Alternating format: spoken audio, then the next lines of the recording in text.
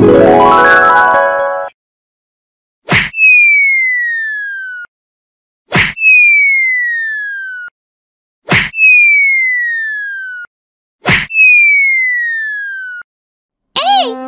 সবাই, সন্ধ্যা লেগে যাচ্ছে, অনেক খেলা হয়েছে।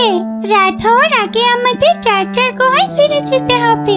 হ্যাঁ, টিনা ঠিক কথাই বলেছে, চলো সবাই। এরপর তারা সবাই খেলা থামিয়ে যে যার গুহায় যেতে শুরু করলো। কে কোথায় আছো? বাঁচাও, বাঁচাও আমাকে। আরে এটা টিনার গলার আওয়াজ না?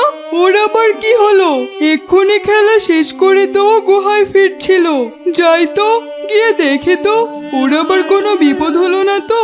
এভাবেই তারা সবাই দৌড়ে টিনার কাছে চলে গেল। কি ব্যাপার টিনা, তুই এভাবে হাঁপাচ্ছিস কেন? কি হয়েছে তোর? ওই দেখ আলিম, ওখানে দুটো সাপ। আমি যে গুহায় যাব, ওরা যদি আমাকে কামড়ে দেয়। আরে তাই তো। ওরে বাবা, সাপ দুটো দেখতে কি ভয়ঙ্কর। কিন্তু এখন কি করা যায়? ওই সাপ দুটোকে তাড়াতে না পারলে তো তুই তো আর গুহায় যেতে পারবি না। এই শোনো সবাই, আমরা একটা কাজ করতে পারি। ওই সাপ দুটোকে আমরা ঢিল ছুঁড়ে মেরে ফেলতে পারি। না না, এই কাজ ভুলেও করা যাবে না। একবার যদি আমরা ঢিল ছুঁড়তে ব্যর্থ হই, তাহলে ওই সাপ এসে আমাদেরকে কামড়ে দেবে। তোরা সত্যি সবাই ভিতর ডিম, তোদের কাউকে ঢিল ছুটতে হবে না, আমি ঢিল ছুটছি। এই কথা বলে হালিমা একটা ঢিল নিয়ে সাপের দিকে ছুঁড়ে মারলো, আর সাপের ছানাটি ঢিলের আঘাতে মারা গেল। এটা দেখে তো মা সাপটি ভীষণ রেগে গেল। হায় হায় হায় রে, এ আমার কি সর্বনাশ করলো! আমার ছানাটিকে ঢিল ছুঁড়ে এরা মেরে ফেললো। না না, আমি ওদের ছাড়বো না। ওরা আমার ছানাকে মেরেছে, আমি ওদেরকে মারবো। এই কথা বলে মা সাপটি রেগে মেগে ওদের দিকে যেতে লাগলো। টিনা, ওই দেখ, ওই মা সাপটি রেগে গেছে, রেগে আমাদের দিকে আসছে। এখানে আর থাকা যাবে না, তাড়াতাড়ি তোরা সবাই পালা। ওরে বাবা, এটা কি হলো? পালা সবাই। এই বলে ওরা সবাই দৌড়ে পালাতে লাগলো। মা সাপটিও ওদের পেছন পেছন দৌড়াতে লাগলো। ওই জঙ্গলেই বাস করত এক হাসি ও তার ছানা। ছানাটি তাদের বাসার সামনে খেলা করছিল। এরা সবাই এভাবে পালাচ্ছে কেন? আচ্ছা যাই হোক, সেটা জেনে আমার লাভ নেই, আমি খেলা করি। এই কথা বলে হাঁসের ছানা আবারও খেলা করতে লাগলো। আর তখনই সেখানে মা সাপটি চলে এলো। মা সাপটি তখন রেগে মেগে আগুন হয়ে গেছে। তার সামনে যাকেই পাচ্ছে তাকেই ছোবল মারছে। হাঁসের ছানার কাছে এসে হাঁসের ছানাকেও ছোবল মেরে দিল। আর হাঁসের ছানা সাপের ছোবল খেয়ে সাথে সাথে বিষের প্রভাবে নীলবর্ণের হয়ে গেল আর মরে মাটিতে লুটিয়ে পড়ল। শয়তানগুলোকে তো ধরতে পারলাম না, তবে তোরা কতদিনই আমার কাছ থেকে লুকিয়ে বাঁচবি? আমি যে তোদের ধ্বংস করে দিব, কাউকে ছাড়বো না। তোরা আমার মেয়েকে মেরে ফেলেছিস। এই কথা বলে মা সাপটি সেখান থেকে চলে গেল। আর কিছুক্ষণ পরেই হাসি নদী থেকে মাছ শিকার করে নিয়ে বাসায় এলো। এসে এই দৃশ্য দেখেই তো হাসির মাথা ঘুরে গেল। হায় হায় হায় রে, এই সর্বনাশ আমার কে করলো? আমার ছানা এমন নীল বর্ণের হয়ে আছে কেন? কে ওকে রঙে ছুপিয়ে মারলো?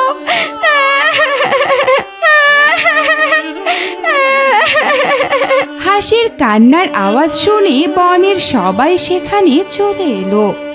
হাসি আন্টি, তুমি আমাদেরকে ক্ষমা করে দাও। আজ তোমার মেয়ে আমাদের কারণেই মরে গেছে। কেন যে আমরা ওই সাপের মেয়েকে মারতে গেলাম, এই জন্যই সাপ যাকে সামনে পেয়েছে তাকেই সবল মেরে দিয়েছে। মা টিনা, তোরা এটা কোনো কাজ করেছিস? আজ তোদের জন্যই আমি আমার মেয়েকে হারিয়ে ফেললাম। এখন আমার কি হবে? আমার যে একমাত্র মেয়ে ছিল। কাঁদিস না হাসি, কেঁদে কি আর কোনো লাভ হবে? যা হবার আমার তা তো হয়ে গেছে, এখন ওকে নদীতে কলা পাতার ভেলায় করে ভাসিয়ে দিতে হবে। শুনেছি সাপের কামড়ে যারা মরে তারা অনেক দিন পর্যন্ত বেঁচে থাকে। তোর মেয়ের যদি ভাগ্য ভালো থাকে তাহলে কোনো সাপ তোর মেয়ের শরীর থেকে বিষ তুলেও নিতে পারে, আর এমনটা হলে তোর মেয়ে আবার জীবিত হয়ে উঠবে। সত্যি বলছো বাঘিনী মামি?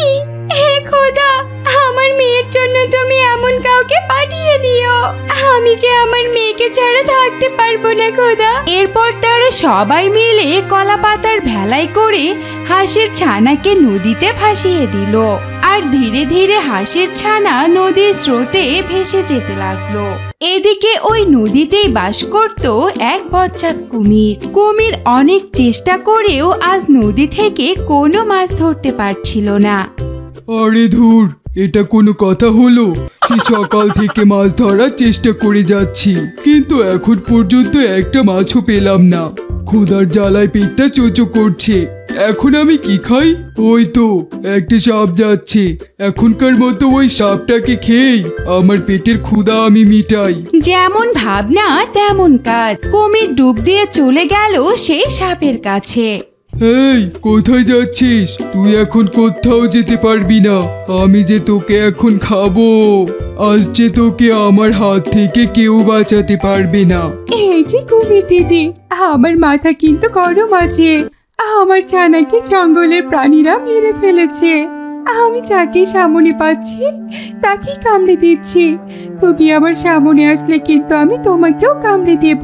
হা হা হা হা হা। কি বললি তুই? তুই আমাকে কামড় দিবি? তোর কামড়ে যে আমার কিছুই হবে না রে। আমি তো নিজেই একটা বিষাক্ত প্রাণী। হা হা হা হা হা। তাড়াতাড়ি মরার জন্য প্রস্তুত হ। এই কথা বলে যেই না কুমির সাপটাকে ধরতে গেল, অমনি সেখানে হাঁসের ছানার লাশটি কলা পাতায় করে ভেসে এলো।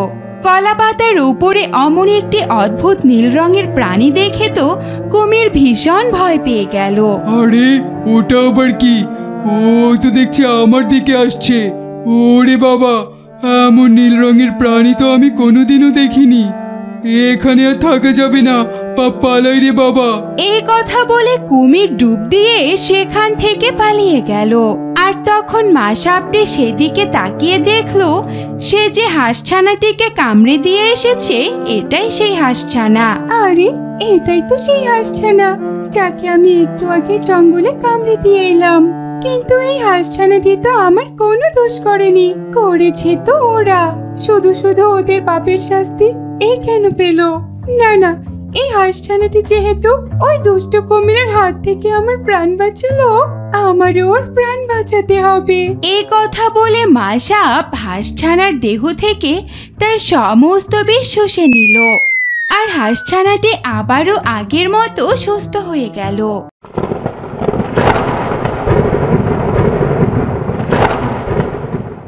ওগো, যা ঝড় বৃষ্টি শুরু হলো, এর মধ্যে তো বাইরেও যেতে পারবো না। তা এখন কি রান্না করব বলো তো? বউ, এক কাজ করো, ঘরে চাল ডাল আছে না? তাই দিয়ে খিচুড়ি রান্না করে ফেলো। খিচুড়ি রান্না করব? কিন্তু খিচুড়ি রান্না করতে গেলে তো মাংসের প্রয়োজন। একটা মুরগি হলে খুব ভালো হতো। এখন মুরগি কোথায় পাই বলো তো? আরে মুরগি লাগবে না বউ, তুমি শুধু চাল ডাল দিয়ে রান্না করো। বৃষ্টির দিনে গরম গরম খিচুড়ি খেতে কি যে মজা লাগে। আচ্ছা ঠিক আছে, আমি তাহলে ডাল আর চাল দিয়ে খিচুড়ি রান্না করছি। শিয়ালিনী যখন এসব কথা বলছিল তখনই বাহিরে থেকে হাসির ডাকের শব্দ শুনতে পেল। কে কোথায় আছো? আমাকে বাঁচাও, আমি যে বড় বিপদে পড়েছি। আরে এটা হাসির গলার শব্দ না, মনে হচ্ছে হাসিটা বিপদে পড়েছে। ওগো, তুমি দাঁড়িয়ে আছো কেন? যাও তাড়াতাড়ি ওকে গিয়ে বাঁচাও। বউ, তুমি একটু আগে এই মুরগি দিয়ে খিচুড়ি রান্না করতে চেয়েছিলে না? দেখলে নিজে থেকে মুরগির পরিবর্তে একটা হাঁস চলে এলো। তুমি এখন হাঁস দিয়ে খিচুড়ি রান্না করো। সারা জীবন তো শুধু মুরগি দিয়ে খিচুড়ি খেয়েছি, কিন্তু হাঁসের মাংসের খিচুড়ি তো খাওয়াই হয় না। সেই ছোটবেলায় একবার আমার মা খাইয়েছিল, তার স্বাদ এখনো মুখে লেগে আছে। আরে চুপ করো তো, তুমি শুধু উল্টাপাল্টা কথা বলতে থাকো। আমি কি তোমাকে তোমাকে একবারও বলেছি যে আমি হাঁসের মাংস দিয়ে খিচুড়ি খাবো? হাঁসিটা নিশ্চয়ই বিপদে পড়েছে, এজন্যই ও আমাদের কাছে সাহায্য চাইতে এসেছে। আর তুমি ওকে সাহায্য না করে খাওয়ার কথা ভাবছো? যাও তাড়াতাড়ি হাসিটাকে ঘরে নিয়ে এসো। এরপর শিয়াল বৃষ্টির মধ্যে বাহিরে গিয়ে দেখলো হাসিটা এক বাচ্চা সহ সেখানে চলে এসেছে। এরপর শিয়াল হাসি আর তার বাচ্চাকে ঘরে নিয়ে এলো। শিয়াল মামা, আমি খুব বড় বিপদে পড়েছি। আমাকে এক বাঘ খাওয়ার জন্য আক্রমণ করেছিল। এই যে আমার একটা পা, ওই বাঘটি ছিঁড়ে নিয়েছে। কাটা পা দিয়ে অঝরে রক্ত পড়ছে। আমি জানি আমি বাঁচবো না, কিন্তু আমার এই বাচ্চাটাকে রেখেছে আমি মরেও শান্তি পাবো না। আরে তাই তো, তোমার পা দিয়ে তো দেখছি অনেক রক্ত পড়ছে। এই তুমি তাড়াতাড়ি যাও, জঙ্গল থেকে কিছু ঔষধি ঘাস লতা পাতা এনে ওর কাটা স্থানে লাগিয়ে দাও। না শিয়ালিনী মামি, সেটার আর প্রয়োজন হবে না। আমি এক্ষুনি মারা যাব। তবে মারা যাওয়ার আগে তোমাদের একটা অনুরোধ করতে চাই। আমার এই মেয়েটাকে তোমরা একটু দেখে রেখো। ওর যে আমি ছাড়া এই পৃথিবীতে আর কেউ নেই। আমিও আজ চলে যাচ্ছি। ও মা ছাড়া এই পৃথিবীতে কি করে টিকে থাকবে? তোমরা একটু ওকে দেখে রেখো শিয়ালিনী মামি।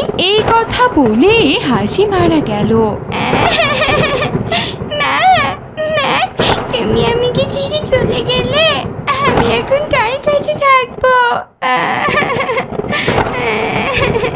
শোনো বউ, অন্যের সব আপদ আমি টানতে পারবো না। তুমি এক কাজ করো, ওই বাচ্চা সমেত ওই মরা হাসিকে কুচি কুচি করে কেটে খিচুড়ির ভিতরে দিয়ে দাও। আমার খুব ক্ষুধা পেয়েছে। যাও যাও, তাড়াতাড়ি খিচুড়ি রেঁধে ফেলো। আসলে তুমি একটা নিষ্ঠুর পাষাণ। মা মেয়ের এমন করুণ দশা দেখেও তোমার পাষাণ মনে কোনো দয়া হলো না, তাই না? তুমি এত ছোট একটি ছানাকে খিচুড়ির মধ্যে দিয়ে খাওয়ার চিন্তা করছো? আমি থাকতে এটা কখনো হতে দিব না। ওর মা নেই তাতে কি হয়েছে? আজ থেকে আমি ওর মা। কি বলছো কি বউ? শিয়ালের আবার হাঁসকন্যা হয় কি করে? না না, এটা আমি কখনোই মেনে নিব না। তুমি তাড়াতাড়ি ওকে খিচুড়ির মধ্যে দিয়ে রেঁধে ফেলো। না না, আমি ওকে কখনোই খিচুড়ির মধ্যে দিব না। তুমি যদি এমন কথা আরেকবার বলেছো, তাহলে আমি তোমাকে ছেড়ে এই ছানাটিকে নিয়ে চলে যাব, বুঝেছো? ওরে বাবা, এবার কোন বিপদে পড়লাম? বউ তো দেখছি আমাকে চলে যাওয়ার ভয় দেখাচ্ছে।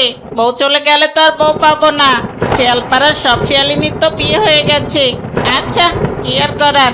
আচ্ছা ঠিক আছে বউ, তুমি যেহেতু ওই হাতছানাকে মেয়ে হিসাবে মেনে নিয়েছো, আমি ওকে মেনে নিলাম। আজ থেকে ওই হাসি ছানা আমারও মেয়ে। আমার হাঁসকন্যার আমি কোনো অসুবিধা হতে দেব না। আজ থেকে হাঁসকন্যা আমার সাথেই থাকবে। শুনলে ছানা, আজ থেকে তুমি আমাদেরই মেয়ে। তোমার মা মরে গিয়েছে, তাতে কি হয়েছে? তুমি আজ থেকে নতুন আরেকটা মা পেলে। সত্যি বলছো? তোমরা আমার বাবা মা? আজ থেকে কি তোমরাই আমার দেখাশোনা করবে? হ্যাঁ ছানা, আজ থেকে আমরাই তোমার দেখাশোনা করব, তোমায় আদর যত্ন করে বড় করে তুলবো। এভাবেই বেশ কিছুদিন কেটে গেল। হাসির ছানাটিও আস্তে আস্তে বড় হচ্ছে। শিয়াল আর শিয়ালিনীও হাঁসকন্যাকে এখন ভীষণ ভালোবাসে। ওই জঙ্গলে বাস করত হালুম আর হালিমা নামের এক দুষ্ট দম্পতি।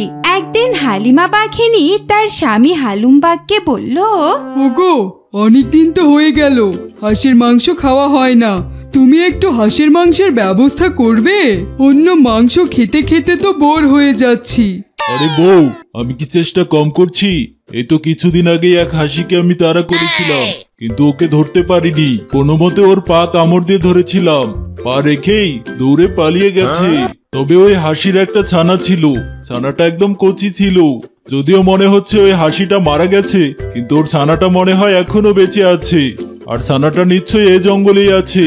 যদি ওই হাসির ছানাটাকে খুঁজে পাই, তাহলে অবশ্যই তোমার জন্য নিয়ে আসবো। সেটা আর কবে? আমার যে হাঁসের মাংস খাওয়ার জন্য আর তর সইছে না। যাও, তুমি আজই ওই ছানাটাকে খুঁজে বের করো। তুমি যদি আজ হাঁস ছাড়া বাড়িতে এসেছো, তাহলে তোমার খাওয়া বন্ধ। এই কথা বলে হালুম্বা ঘাস খোঁজার জন্য জঙ্গলে বেরিয়ে পড়ল। এদিকে জঙ্গলের ভেতর শিয়াল তার মেয়ে হাসিকে নিয়ে খেলা করছিল। সেটা দূর থেকে দুষ্ট হালুম বাঘ দেখে ফেললো।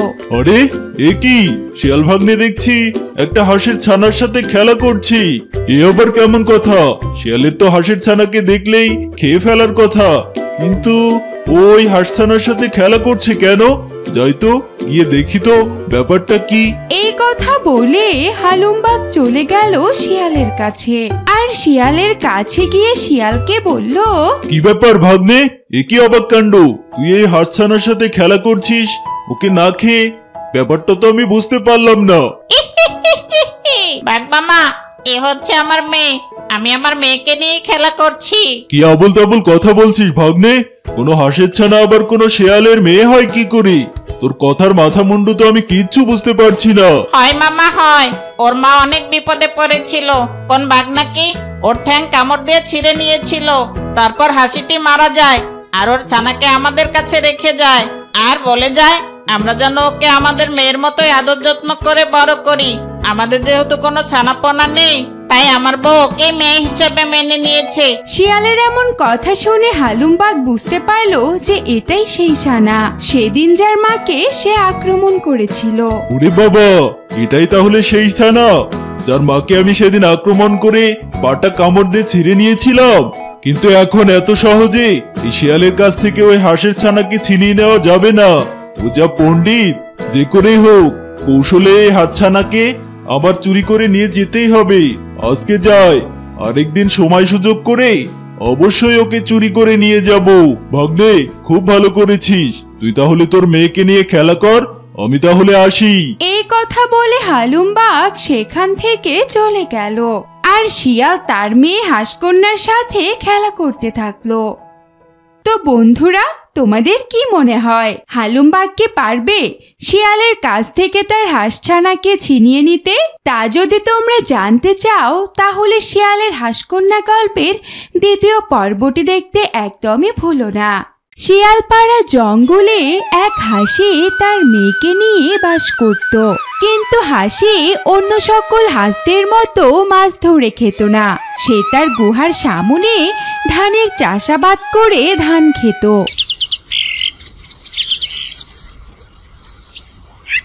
মা হেনা, বাহিরে আয়, সকাল হয়ে গেছে। দুই মা মেয়ে মিলে ধান খেয়ে পেটটা ভরাই। মা, তোমাকে কতদিন বলেছি আমি ধান খাবো না। আমাদের জাতির সবাই তো মাছ খেয়েই বেঁচে থাকে। তুমি আমাকে মাছ ধরে এনে দাও না কেন মা? মা হেনা, তোকে আমি কতবার বলেছি মাছ ধরা অনেক কষ্টের কাজ। নদীতে আর এখন তেমন বেশি মাছ পাওয়াই যায় না। জেলেরা সব মাছ মেরে বাজারে বিক্রি করতে নিয়ে যায়। তাই তো নদীতে মাছ না পাওয়ায় এই জঙ্গলের ভেতরে এসে ধান চাষ করেছি। জেদ করিস না রে মা, খেয়ে নে। কখনোই না, আমি মাছ খাবো। সবাই যদি মাছ খেয়ে বেঁচে থাকে তাহলে আমরাও পারবো। তুমি এক্ষুনি আমাকে নদীতে নিয়ে চলো, আমি নদীতে গিয়ে মাছ ধরবো। পারবি না রে মা, আমি মাছ ধরতে পারি না। তাহলে তুই কিভাবে মাছ ধরবি বল? তোকে বললাম না মাছ ধরা অনেক কষ্টের কাজ। তার চেয়ে ভালো তুই ধানগুলো খেয়ে নে। আমি কিচ্ছু শুনতে চাই না, আমি মাছ ধরতে যাবই যাব। তুমি না গেলে আমি একাই যাব। আহ, কি জেদ যে শুরু করলো মেয়েটা। মাছ ধরা সে 6 মাস আগে আমি ছেড়ে দিয়েছি, কিন্তু মেয়েটা তো দেখছি জেদ করছে। এখন তো আমি নদীতে না গিয়েও পারছি না। এখন নদীতে না নিয়ে গেলে তো কিচ্ছু খাবে না। আচ্ছা ঠিক আছে মা, চল দেখি নদীতে গিয়ে মাছ টাছ পাই কিনা। সত্যি বলছো মা? তুমি আমাকে নদীতে নিয়ে যাবে? ইয়ে, কি মজা, কি মজা! আমি নদীতে মাছ শিকার করতে যাব। দেখেছো আমার পাগলি মেয়েটার কাণ্ড? মাছ ধরার কথা শুনেই কেমন খুশিতে লাফালাফি করতে শুরু করেছে। চল মা, দেরি করিস না। এই কথা বলে হাসি তার ছানাকে নিয়ে চলল নদীর দিকে।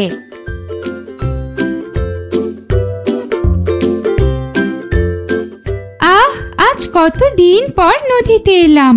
নদীতে আসতেই কেমন শরীরটা আমার ফুরফুরে হয়ে গেল। হেনা তো ঠিক কথাই বলেছে, এই ধান গম খেয়ে কি আর বেঁচে থাকা যায়? হাঁসদের তো প্রধান খাবার শামুক, মাছ এগুলো। তবে মানুষ নির্বিচারে মাছ ধরার ফলে আমরা তেমন আর বেশি মাছ পাই না। দেখি, মেয়েটা যেহেতু খেতে চেয়েছে, চেষ্টা করে দু একটা মাছ ধরতে পারি কিনা। মা টিনা, তুই কিনারে থাক, আমি চেষ্টা করে দেখছি মাছ ধরতে পাই কিনা। মা, আমিও নদীতে নামতে চাই, নদীর পানিতে সাঁতার কাটতে চাই। মারে, তুই তো এর আগে কোনোদিনই নদীতে নামিসনি, তুই তো সাঁতারও জানিস না, পারবি না রে মা, তুই নদীতে ডুবে মারা পড়বি। কিন্তু মা, আমার কি সাঁতার শিখতে হবে না? আচ্ছা ঠিক আছে, আমি মাছ ধরা শেষ করে তোকে সাঁতার শেখাবো। এই কথা বলে হাসি নদীর পানিতে নেমে গেল আর ডুব দিয়ে মাছ ধরার জন্য চেষ্টা করতে লাগলো।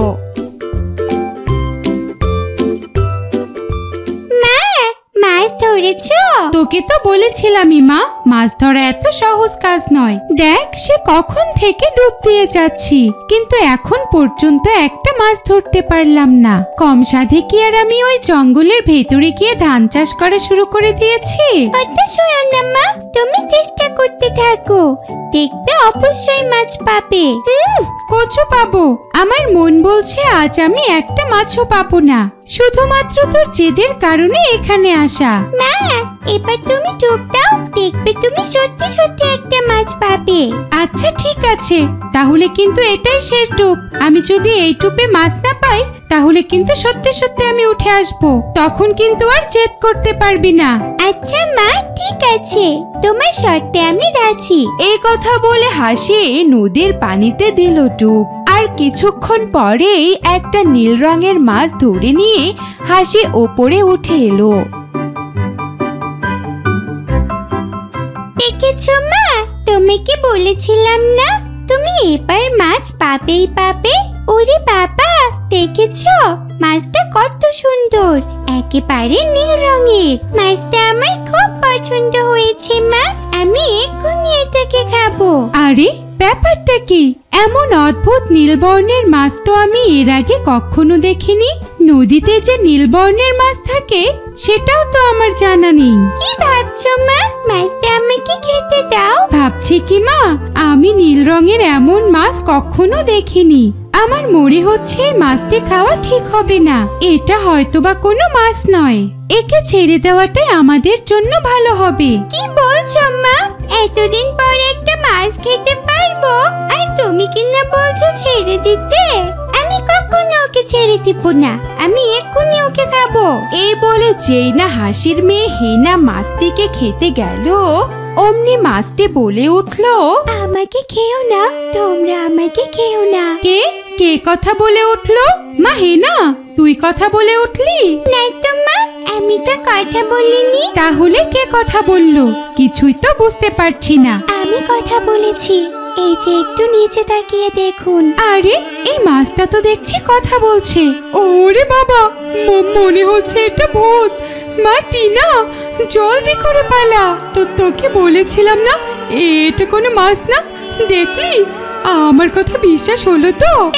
তাই তো মা, পালাও। দয়া করে আপনারা কোথাও যাবেন না, আমাকে নদীতে ছেড়ে দিয়ে যান। আপনারা আমাকে নদীতে ছেড়ে দিয়ে গেলে আমি আপনাদের একটা জাদুর জিনিস দেব।